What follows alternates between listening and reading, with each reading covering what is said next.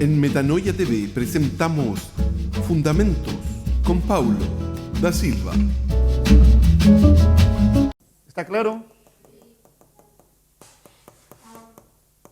Pero sí, los que son de Dios serán levantados. Y permanecerán levantados porque el Señor los permanece levantados. El Señor los saca de muerte a vida. El Señor los saca de la muerte a la vida. Para muchos evangélicos es como que si Dios le diera cuerda con esos muñequitos antiguos que daba cuerda así en la espalda. Y se va y lo deja funcionar. Sigue funcionando solo. Porque el Señor le dio cuerdas de Dios. Y Dios se va y lo deja funcionando solo. Eso es lo que la gran mayoría cree que es la vida. Sí, yo tengo la vida de Dios, mira. Y el Señor se fue, pero hay que buscarlo. Señor, ¿dónde te fuiste? No lo he entendido, no lo han entendido, no lo han entendido, no entienden, no han entendido. El Señor nos trae de la muerte a la vida y Él sigue presente dentro de nosotros. La vida de Él sigue activa y sigue siendo activada día tras día en nosotros. No como una fuerza, sino es el mismísimo Dios que sigue vivo dentro de nosotros. No es una fuerza, no es una energía, como hablábamos ayer acerca del Espíritu Santo. No es una emanación, no es una onda magnética espiritual de Dios que está plantada dentro de nosotros y Dios se fue para allá. Jesús dijo que aquellos que creyesen en Él, dice, Él dijo, yo y el Padre vendremos y haremos morada en Él. Vendremos a vivir dentro de ti para siempre. Él vino para quedarse. No vino a morir en la cruz, resucitar y ir para allá y dije a ustedes ahí arréglense como puedan porque ya hice mi parte. Él vino para quedarse. Pero hoy día, Él no solamente aquel que está sentado en el trono, que muchas veces nosotros levantamos por fe los brazos diciendo, adorando al Señor y por fe mirándolo sentado en su trono de gloria. Al mismo tiempo que está sentado en el trono en la gloria, al mismo tiempo está sentado dentro de tu corazón. ¿Por qué? Porque es Dios, omnipresente. Por eso tú puedes decir, voy a dar un abrazo a Cristo y vas a dar un abrazo a tu hermano. Estoy abrazando a Cristo. Yo pensé que estaba en mi corazón. También está ahí. Y está en tu hermano, está en el cielo. Uno dice, pero ¿por qué dice que Cristo dijo al ladrón en la cruz, hoy mismo estará conmigo en el paraíso? Porque si el paraíso no es el cielo, porque no hay nadie en el cielo, el único que fue al cielo es Jesucristo. Si Jesucristo está en el cielo, ¿cómo puede estar en el paraíso? La gente sigue creyendo que Él todavía sigue siendo el Hijo del Hombre de Nazaret. Él ha sido exaltado, glorificado, todopoderoso, ha llenado en los cielos, su gloria y su presencia llena la tierra. Él no es el hombre de patitas empolvadas con sandalias caminando en las calles de Palestina más. Él es el Señor de gloria, con cuerpo glorificado, que puede estar en todos los lugares al mismo tiempo. Por eso puede estar en el cielo, en el trono, sentado a la diestra de Dios, como dice la Escritura, y puede estar sentado dentro de tu corazón también, llenando cada fibra de tu cuerpo. Eso dice Él. Si Él lo dijo, es porque es posible hacerlo. Si Él dijo que es así, es porque tenía el poder para ejecutar esto. Y si Él ha tenido el poder para ejecutar eso y usted lo ha conocido, usted está viviendo esto. Está tu experiencia, tú eres testigo de lo que Cristo hace en tu vida. Por eso está bien levantar las manos al cielo. De repente puedes decir, voy a dar un abrazo a Cristo. Y te pegas un abrazo. Te amo, Señor. Porque está dentro de ti. El mundano va a decir, pero a ver, ¿está allá en el cielo o está dentro de ti? Su cerebro espiritual no alcanza para comprender esto. Están ciegos. ¿Está claro esto? El que está en tinieblas no podrá jamás levantarse. El que está en la luz tampoco puede levantarse jamás, a no ser que el Señor lo levante. Por lo tanto, solamente aquellos que el Señor ha levantado de la muerte o de las tinieblas son los que están de pie, son los que están vivos. Por eso decimos, por gracia, no por méritos humanos. No hay mérito alguno en nosotros. Pero yo soy hijo de la luz. No hay mérito alguno en ti. Pero ya soy hijo del rey. No tienes mérito alguno. Pero soy heredero de la gloria. No tienes mérito alguno. De hecho, sigues mereciendo el infierno. Pero yo voy al cielo, sí, ¿verdad? Por causa de Cristo, no por causa de ti. Porque dependiera de ti, derecho al hoyo, compadre. No tienes mérito alguno. Queridos, eso, por favor entiendan lo que estoy diciendo, porque la gran mayoría de nuestros hermanos evangélicos no lo entienden. No lo entienden. No hay mérito alguno. Todo es por gracia. Por eso, por Cristo, en Cristo y para Cristo. Por eso Él dice, yo soy el principio y el fin. ¿De qué? ¿Qué crees tú cuando Jesús dijo, yo soy el principio y el fin? ¿Principio de qué y fin de qué? De todo. De todas las cosas. Yo soy el principio que rige esta iniciativa en tu vida. Yo soy el que corto la cinta de tu vida espiritual. Yo soy el que te tomo a ti y te llevo. Yo soy el que te mantiene en el camino hasta que llegues hasta mí. No pretendas que el hombre natural pueda comprender esto. Su cerebro y su corazón no alcanzan para esto. Jesús dijo, yo soy el principio y soy el fin. Todo comienza conmigo, se sostiene en mí y termina conmigo. Todas las cosas. Tu vida empieza conmigo y termina conmigo. ¿Entienden, cierto? ¿Aló? ¿Entienden?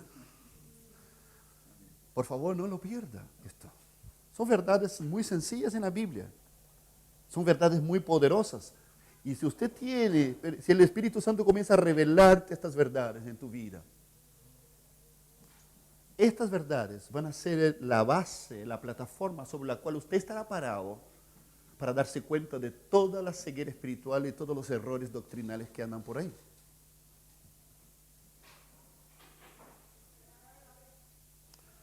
No puede. Si el hombre pudiera haber llegado aquí, si fuera posible que él hubiera llegado aquí por sus propios medios, ¿usted cree que había sido necesario esto?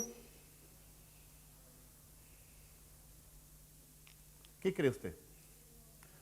Si el hombre hubiera podido levantarse por sus propios medios, ¿usted cree que era necesario que Jesucristo bajara a la tierra?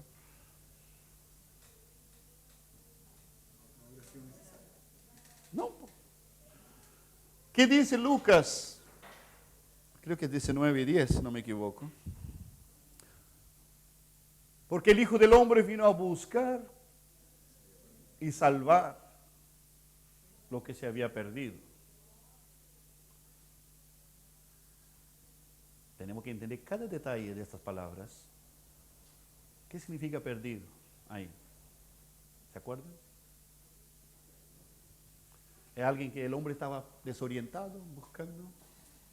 Estoy perdido, Señor. ¿Es esto lo que está diciendo? ¿Viene a buscar y salvar lo que se había perdido? ¿Es esto? ¿Qué significa buscar y salvar lo que se había perdido? ¿Qué significa perdido? Este es bastante suave.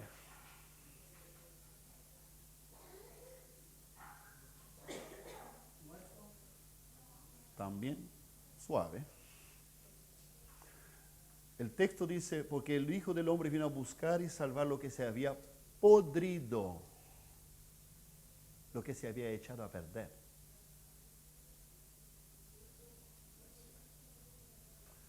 Piensa cuando tú dejas un plato de comida, son restos de comida en un lugar, sin la refrigeración, deja pasar un buen tiempo y vaya a buscarlo. Está lleno con una camada así de, ¿cómo se llama esto? Moho, ¿no? Hongos. Trata de acercar tu nariz, revuélvelo un poquito para ver cómo está. Es bien posible que esté lleno de gusanos blancos dando vuelta encima. Cuando la Biblia dice, porque el Hijo del Hombre vino a buscar y salvar lo que se había perdido, está refiriéndose a esto. No es que el tipo andaba desorientado nomás. El perla, lindo, encachado, estaba solamente desorientado, un poco confundido en la vida nomás. No, Dios dice, estaba podrido. Ese es el sentido que tiene la palabra en el original.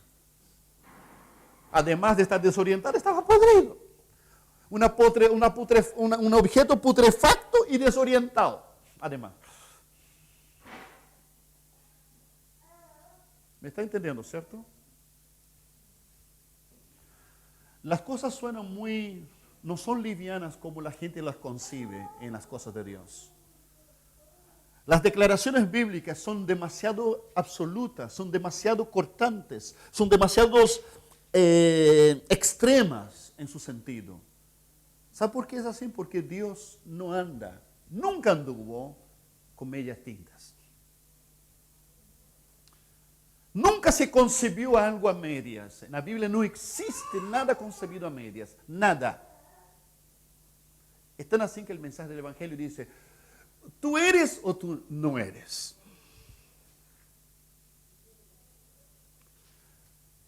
¿Tú eres salvo o condenado? So. Estoy con un pie en la luz y otro en las tinieblas. Estoy medio salvo nomás. Estoy en la luz, pero todavía salvo, todavía no. Son todas cosas que el ser humano le gustaría que fuesen. Y cree que es posible ese tipo de flexibilidad en la Biblia. Pero tengo malas noticias y usted debe transmitir esas malas noticias a los demás. No existe esta flexibilidad en la Biblia. O tú eres hijo de Dios, o eres hijo del diablo. Y estamos sin excusa, porque Dios ha provisto lo suficiente para cambiar nuestra situación. Él nos ha dado gratuitamente los medios para cambiar esto. ¿Estás salvo o estás perdido? ¿Estás en la luz o estás en tinieblas? ¿Estás redimido y libertado o eres esclavo? Si el hombre pudiera remontarse hasta aquí, la cruz jamás habría sido necesaria. Pero Dios, ¿cuándo usted cree que Dios inventó esto? La cruz. ¿Cuándo cree usted que Dios inventó la cruz? ¿En qué momento en la historia? En ningún momento, porque Él sabía todo. Buena respuesta. ¿Qué otra respuesta tiene? ¿En qué momento a Dios se le ocurrió la cruz? El plan B. El plan B. ¿La cruz fue un plan B? No. Qué bueno que saben esto. ¿En qué momento a Dios se le ocurrió la cruz? ¿Ah? Bueno, la primera vez que él menciona la cruz es en Génesis 3. Pero ese fue el momento que se le ocurrió la cruz. Desde la eternidad, la cruz estaba preparada. El plan de redención estaba preparado. De hecho, se refiere a Jesucristo como el Cordero de Dios, que estaba preparado antes de la fundación del mundo. Si Dios ya vio el momento que Cristo fue crucificado en la cruz, queridos, escúchame bien esto. El momento que Cristo fue crucificado en la cruz, Dios ya lo tenía con lujo de detalle cómo iba a pasar. Desde antes que el mundo existiera, Dios ya tenía con lujo de detalles cómo iba a ser. ¿El diablo lo sabía o él lo supo ya después cuando le arrebatan las llaves? No. El diablo, bueno, ¿Pensó que realmente estaba matando al hijo? claro. Lo que pasa es que el diablo sabía algo, pero no sabía el verdadero propósito de esto. ¿Por qué? Porque si él hubiera sabido lo que iba a pasar, jamás habría instigado a los hombres para que mataran a Cristo. Si supiera que le iba a salir el tiro por la culata. Pero ¿por qué no podía saberlo? La pregunta no es tanto si sabía o no, sino ¿por qué no podía saberlo el diablo? Porque el diablo no es omnisciente. Esta es una razón, pero hay otra razón muy interesante. Es una razón poderosa la que tú dices, pero hay una razón muy interesante. ¿Por qué el diablo no tenía cómo saber los resultados de esto? Porque solamente lo sabía Dios. Porque lo que pasó aquí es un acto sobrenatural de Dios y que solamente estaba diseñado para ser revelado, en ese caso venía por revelación del Espíritu Santo. El diablo no tiene acceso a la revelación del Espíritu Santo. Los misterios de la cruz están diseñados para ser revelados solamente a los seguidores de Cristo. No hay ningún demonio los demonios jamás van a entender. Están con los cachetes rojos de tantos cachetazos que se tomaron por la cruz y todavía se preguntan por qué. Por eso Dios los exhibió públicamente. Exactamente. Esta revelación es una revelación salvífica. Es una revelación redentora. Es los misterios de la cruz, y está escrito, los misterios del reino que implica el sacrificio de Cristo son para los discípulos de Cristo, para nadie más. Es por eso que el hombre que está en tinieblas, las personas que están en tinieblas no lo entienden, solamente comienzan a vislumbrarlo en el momento que este mensaje está siendo enseñado o predicado. Dios en su gracia y misericordia comienza como a brillar una luz sobre ellos y empieza a decir, wow, aquí hay algo que no sabía. Comienzan a ser fascinados, pero por el Espíritu Santo, a través de este pobre y miserable mensajero o cualquier otro de ustedes. Todos somos pobres, miserables mensajeros. Pero Dios utiliza el mensaje. Lo que importa, por lo tanto, no es el mensaje, sino el mensaje. La Biblia dice en Romanos 1:16, porque Pablo decía, yo ¿por qué no me avergüenzo del Evangelio de Jesucristo? Porque es poder de Dios. El Evangelio, queridos, entiéndanme, yo lo he dicho varias veces esto, no es un conjunto de doctrinas para argumentar con nadie. El Evangelio no consiste en argumentos teológicos sobre Dios. El Evangelio está expresado por medio de palabras, pero encierra un poder sobrenatural que remece los infiernos, que mete el bisturí de Dios, de aquel que está esclavizado por el diablo y lo saca de ahí con un poder sobrenatural, y la persona que lo vive lo siente todo por dentro. Lo vive intensamente. Sus carnes se estremecen. Su espíritu es renovado. Y es trasladado a una dimensión paralela. La dimensión de Dios. Está en el mismo lugar y dice, ¿Dónde estoy? Oh, nunca había visto las cosas de esta manera. Eso soy yo. Pero yo siempre miré esto. Yo siempre miré a Roberto durante años, pero ahora yo lo miro diferente. ¿Qué me pasó? Es como si yo fuera otra persona. Eres otra persona. Te cambiaron la identidad. Te desarraigaron, te arrancaron lo que tú eras antes y te pusieron otro chip adentro.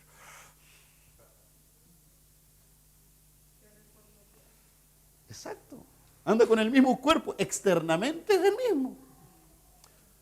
Pero por dentro te cambiaron el chip, te cambiaron el sistema operativo y te cambiaron todos los programas por dentro. Un formateo completo por dentro. Es por eso que te sientes extraño, pero eso soy yo. Pero yo no era yo. Yo tenía la misma mano, pero ¿por qué la veo tan diferente ahora? Pero si era la misma y sigue siendo la misma, pero es diferente. Todas las cosas comienzan a mirar diferente. Estoy hablando de poder de Dios que transforma nuestras vidas. ¿Me entienden esto? La cruz. Esta es la respuesta de Dios al pecado humano. La cruz. Es Dios diciendo, y el hombre y la humanidad mira, a ver, tú me estás diciendo que la respuesta del Todopoderoso, creador de los universos, los planetas y las constelaciones y las galaxias, son dos palos cruzados. Esa es la respuesta del Dios Todopoderoso. Dos palos cruzados.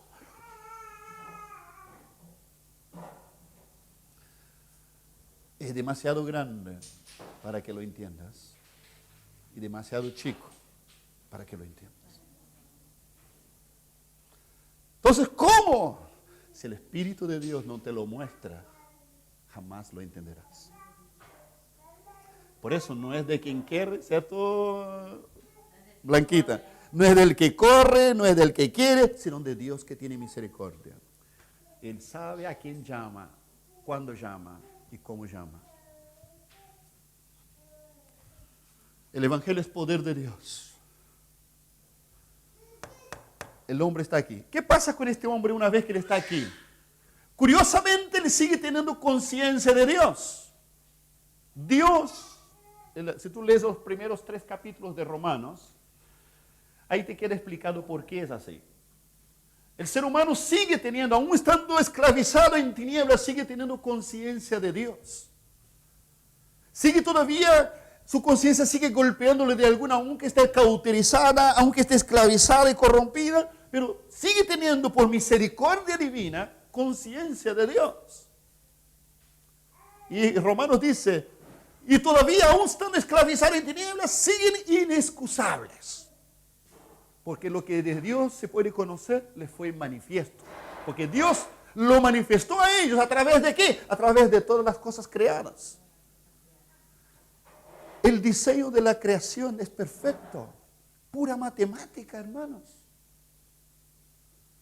Toma una ínfima parte de la creación, toma un átomo. Pura física, pura matemática. ¿Por qué? Aquí plantas un naranjo aquí, un limonero aquí, un piral ahí, a pocos metros de distancia. Y van a nacer frutos diferentes. Hay un diseño. Pero el hombre que dice, no me conviene creer en Dios. Tengo que buscar otra respuesta para esto. Ya sé, fruto de la casualidad. Y ahí nacen las teorías que hoy día son tomadas y estudiadas por académicos como hechos concretos en las universidades. Son estudiados y son proclamados desde los atriles en las aulas magnas de las universidades como hechos consumados que supuestamente en sus papeles dice teoría, dice probabilidad, dice posibilidad.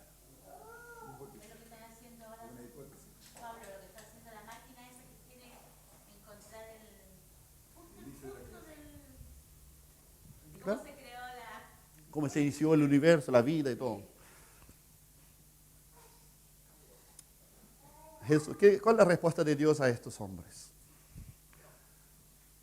Haciéndose sabios, se hicieron locos. Se hicieron locos. Sí. Porque Dios, dice la Biblia, ha utilizado lo que no es para confundir a lo que es. La ha levantado y utilizado lo vil de este mundo para avergonzar a los sabios de este mundo. Dios tiene un buen sentido de humor, parece. ¿Me están entendiendo? El hombre estando en este estado, ¿qué ha hecho? No, ese dice, sí, somos todos pecadores, somos todos caídos, somos todos... pero aún así somos hijos de Dios, todos son hijos de Dios. ¿De dónde sacaste eso? Es que el Papa lo dijo. Tenemos un problema. ¿Le creo al Papa o le creo al apóstol Juan? Porque en esto están conocidos los hijos de Dios y los hijos del diablo. El que no ama a Dios, el que está en tinieblas, es del diablo. El que practica el pecado es del diablo. Y en esa es la diferencia entre los hijos de Dios y los hijos del diablo. Entonces, la Biblia dice esto. Créemelo, repetidas veces. Entonces, ¿qué pasó? Que el Papa dijo que todos somos hijos de Dios. A lo mejor tendrá, no sé, otra Biblia. Entonces el hombre dice, somos todos hijos de Dios y todos amamos a Dios y todos queremos a Dios. ¿Quién no ama a Dios? Todos amamos a Dios, todos queremos a Dios. Y entonces él comienza a fabricar su propio camino a Dios.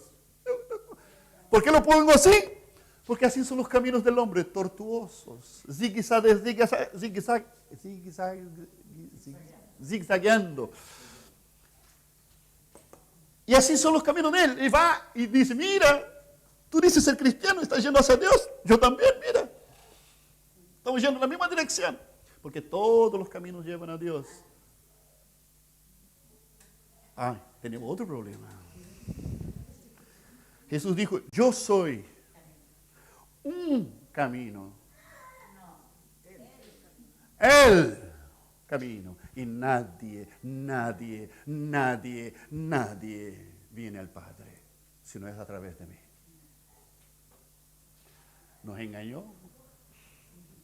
Porque por ahí dicen, todos los caminos llevan a Dios. Y ese dice, ¿sabe qué? No me gusta ese camino, pero Dios sabe que lo amo, entonces voy a hacer mi propio camino. Pero aquí como hay 6.000 millones aquí, en este hoyo, y ese otro dice, no, yo tampoco estoy de acuerdo con ese camino, yo voy a hacer el mío propio. Y ese dice, no, yo tampoco, y tenemos un espaguete aquí. Tenemos una tallarinada, una sopa de crespos, llamado religiones cristianas. Porque todos dicen, ¿por qué soy cristiano? Porque creo en Cristo, dicen. A mi manera sí, pero creo en Cristo. ¿Es posible creer en Cristo a mi manera? ¿Es posible creer en Cristo a mi manera? ¿Es posible ir al cielo por mi propio camino? No. Pero si amo a Dios, si creo en Cristo, igual que tú. ¿Estás seguro que igual que yo? El que dice Dios es amor. Claro. Y al fin no va a dejar que nadie vaya al infierno. ¿Saben de dónde viene esa declaración? ¿Saben de dónde viene esa declaración? ¿Alguien sabe?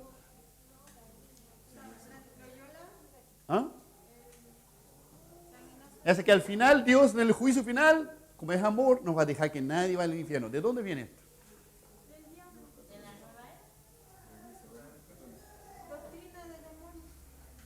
¿Pero de dónde viene? Del infierno mismo. El diablo se merece un Oscar.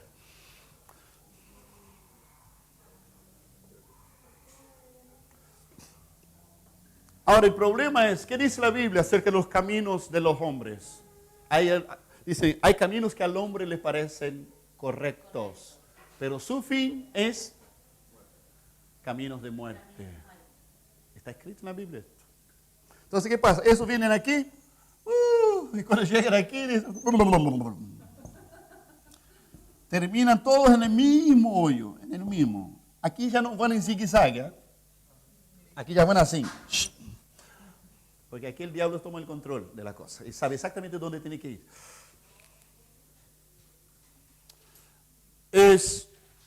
Pero aquí Dios dice, oye tú que estás caído, muerto, esclavo, condenado,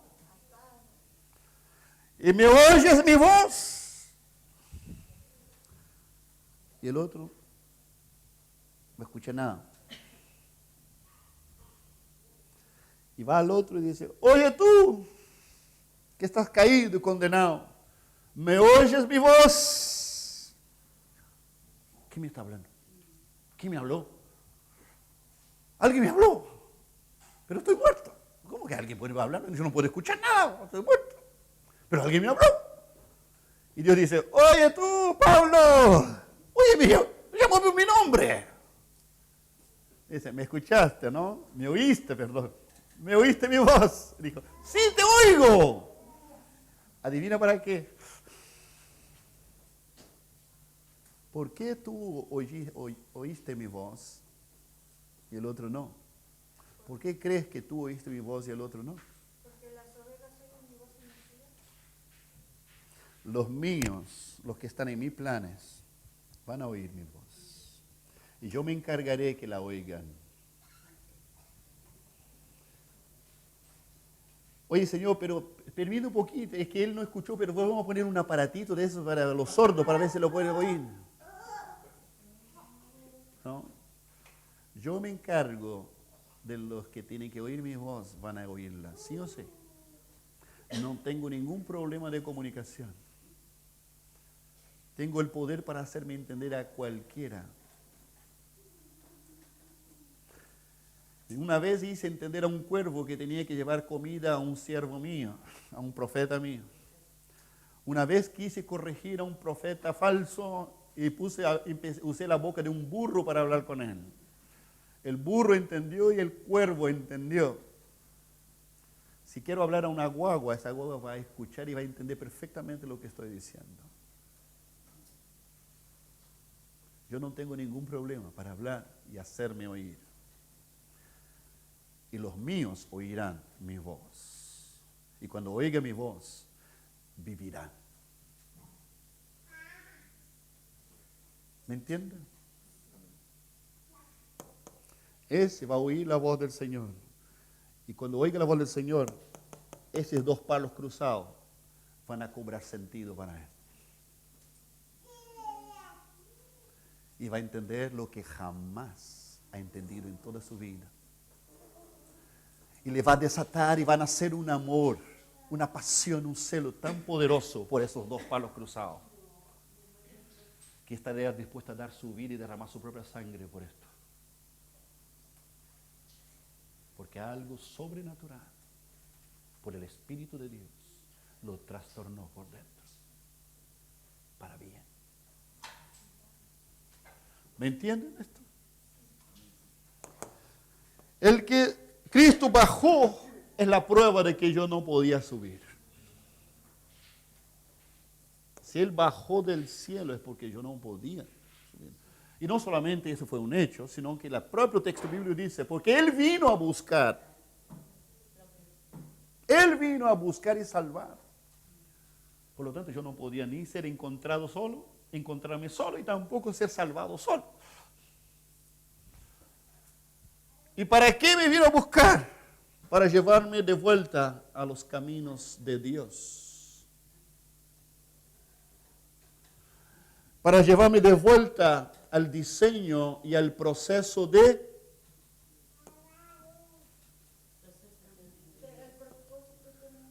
de vuelta al diseño del propósito eterno de Dios para mí, que es seguir siendo formado a la imagen de Jesucristo. ¿Por qué necesito ser formado a la imagen de Jesucristo? ¿Por qué? Porque la había perdido en la caída. El regalito que nos dejó nuestro papá Adán.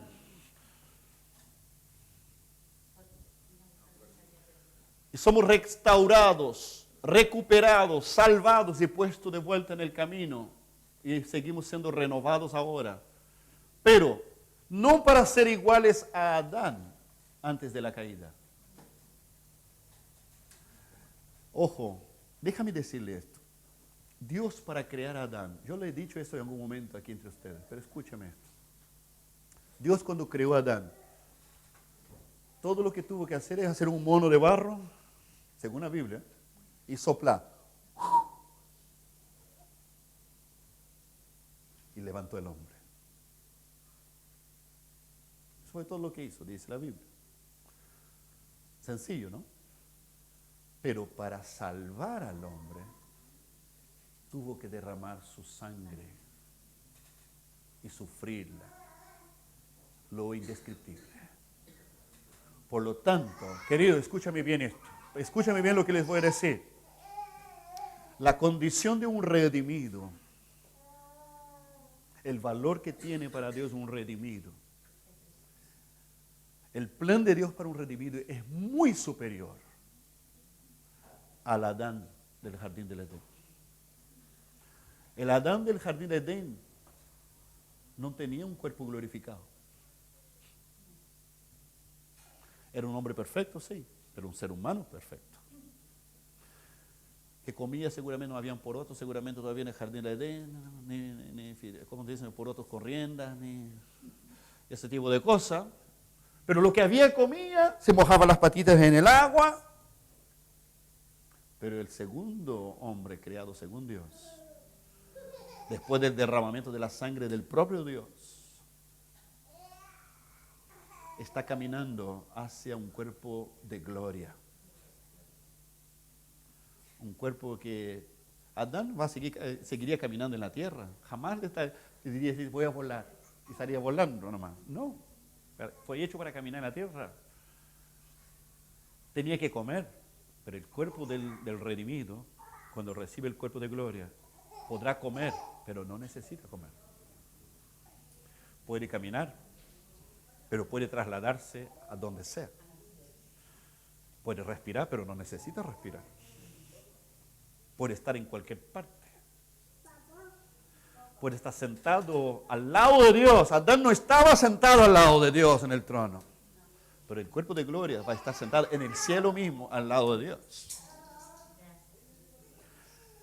El redimido, la condición del redimido es superior al Adán del jardín de Edén. Uno dirá, pero Adán del Edén era humano, pero era perfecto.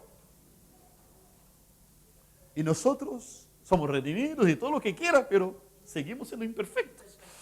¿Cómo podemos ser superior a Adán?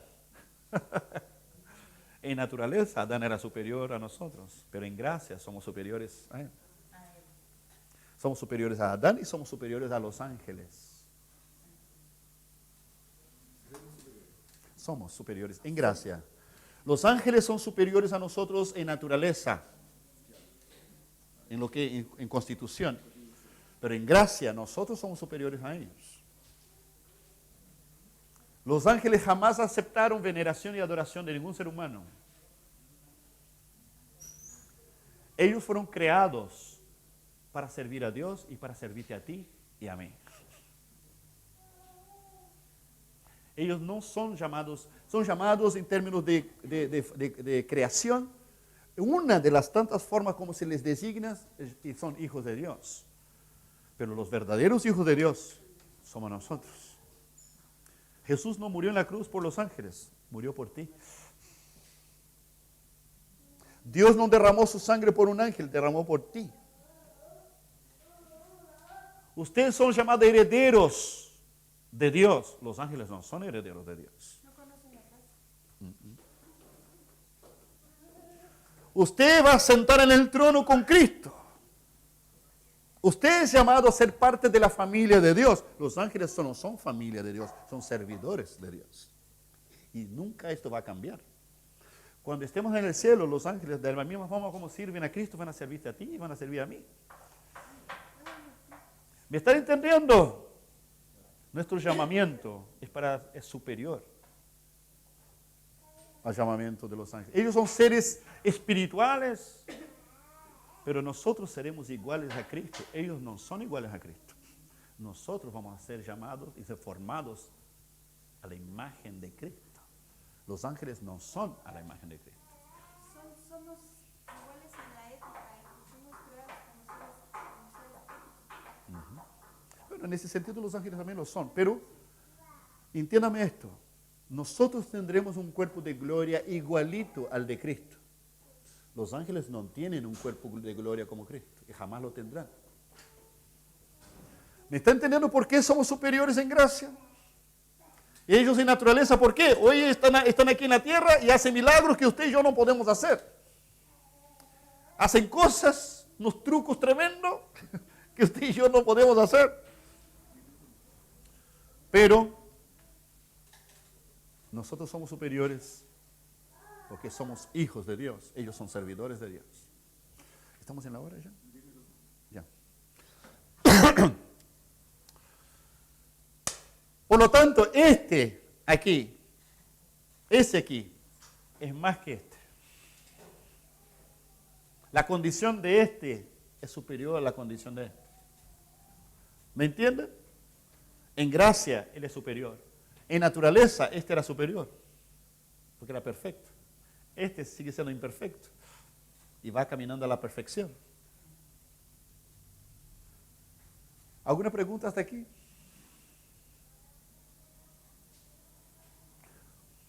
Pregúntame. Entonces, naturaleza, el hombre es inferior a los ángeles. Exacto. Pero en gracia, Superior. va siendo superior a los ángeles. Nosotros somos muertos y resucitados con Cristo. Los ángeles no. Nosotros somos identificados con Cristo. Los ángeles no. Nosotros somos miembros de la familia real. Los ángeles no.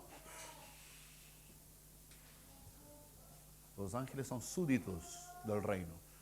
Nosotros no somos súbditos, somos hijos del rey.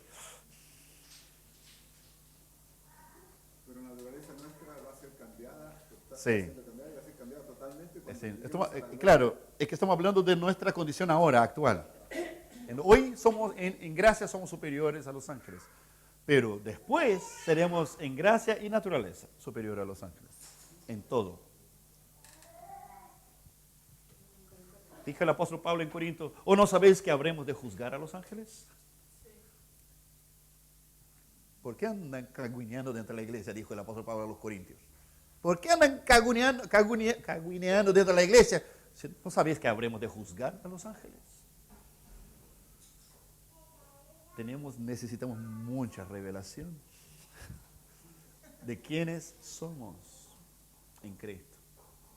Por eso el diablo sigue haciendo de las suyas, haciendo y deshaciendo como quiere y haciendo verdaderas orgías en medio del pueblo de Dios. A su antojo, aprovechándose de la ignorancia, de la ceguera espiritual y aprovechándose muchas veces de los pecados permitidos por los hijos de Dios. Porque, ojo, no se olvide de esto. Estamos rodeados. Estamos sitiados permanentemente.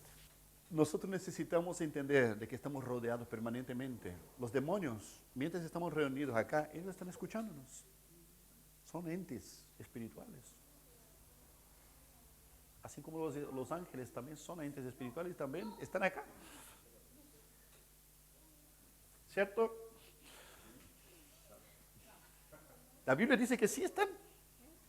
Así como los demonios también. Y el diablo también dice que el diablo anda como león rugiente alrededor. ¿De quiénes? De nosotros.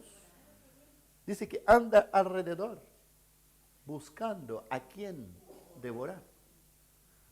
Anda alrededor, significa que está escuchando, no. El cachuto no se está escuchando. Pero hay algo que le impide, porque sigue dando vuelta alrededor, emborrachando la perdiz, porque no puede pegarse el zarpazo. No puede. Hay algo que lo impide. Por eso le dice, no puede. ¿Me entienden?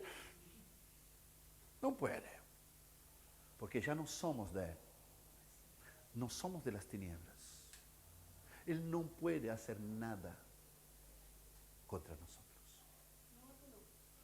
Está escrito en las epístolas de Juan, porque a los hijos de Dios el maligno no toca. Significa que los otros sí.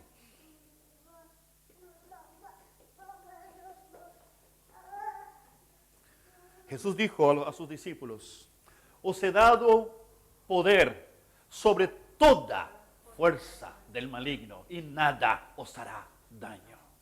El asunto, queridos, necesitamos recibir eso por revelación, para que eso se encarne en nosotros y empecemos a vivir con una identidad renovada de quienes somos en Dios, en Cristo.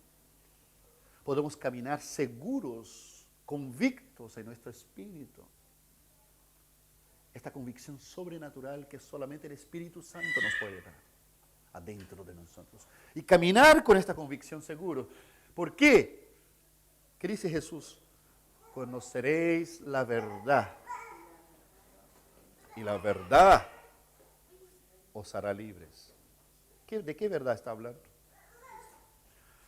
De la verdad de Cristo revelada en nosotros. Donde la verdad de Cristo ha sido revelada en ti, encarnada en ti, y que te abrió, te alumbró, y se encarnó en ti. Hasta ahí llegó el enemigo en tu vida. Esta área no la puede más, es territorio perdido para él. ¿Me entienden esto, cierto? Ok, vamos a dejarlo aquí por ahora, después vamos a volver para continuar con la otra parte. Póngase de pie, por favor.